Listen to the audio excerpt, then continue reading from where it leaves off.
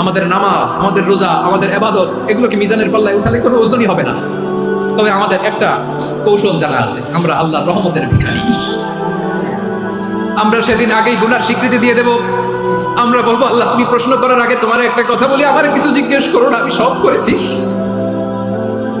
এমন কোন পাপ নাই যে পাপ আমারে দিয়ে হয় নাই।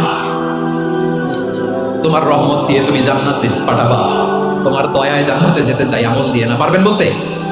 কিয়ামতের দিন আমরা বলবো, আল্লাহ আমার আমল দিয়ে জান্নাত চাই না, আমি তোমার দয়া দিয়ে জান্নাত চাই। তোমার দয়া ছাড়া আমার কোনো উপায় নাই।